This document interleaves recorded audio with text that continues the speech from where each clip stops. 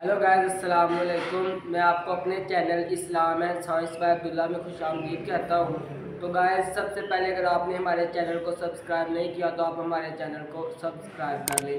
आज का जो हमारा टॉपिक है वो टॉपिक ये है कि पहाड़ों का कुरान मजीद में क्या जिक्र है और इस बारे में साइंस क्या कहती है। साइंस ने 1916 में जब टेक्टोनिक प्लेट्स पर मुशाहिदा किया तो इस बात को भांप लिया कि ज़मीन के ऊपर ये जो पहाड़ है ये ज़मीन को स्टेबल यानी कि हरकत ना करे, कंपे ना, स्टेबल करने में बड़ा अहम किरदार अदा करते हैं। अब हम देखते हैं कि कुरान मजीद में अल्लाह ताला ने पहाड़ों को किस तरह बयान किया है।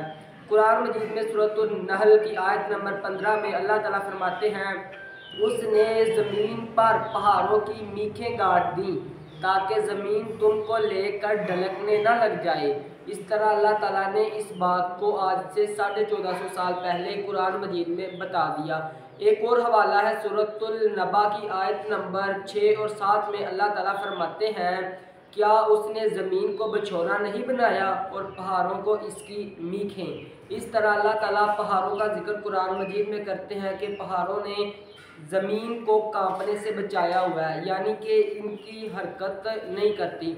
और अब हम ज़मीन हरकत नहीं करती। अब हम देखते हैं कि माउंट एवरेस्ट जो कि सबसे बड़ी पहाड़ी है उसकी बुलंदी 8,834 मीटर है, जबकि साइंसदानों ने इस बात को दरियाफ्त किया है कि ज़मीन के नीचे इसकी हाइट 12 से 13,000 मीटर है।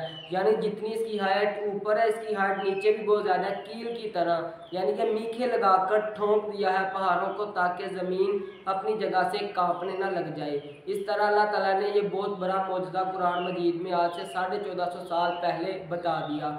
इस तरह की और ज़्यादा इन्फॉर्मेटिव वीडियोज़ हम आपके पास लाते रहेंगे, तो इसके लिए आप हमारे चैनल को सब्सक्राइब करें।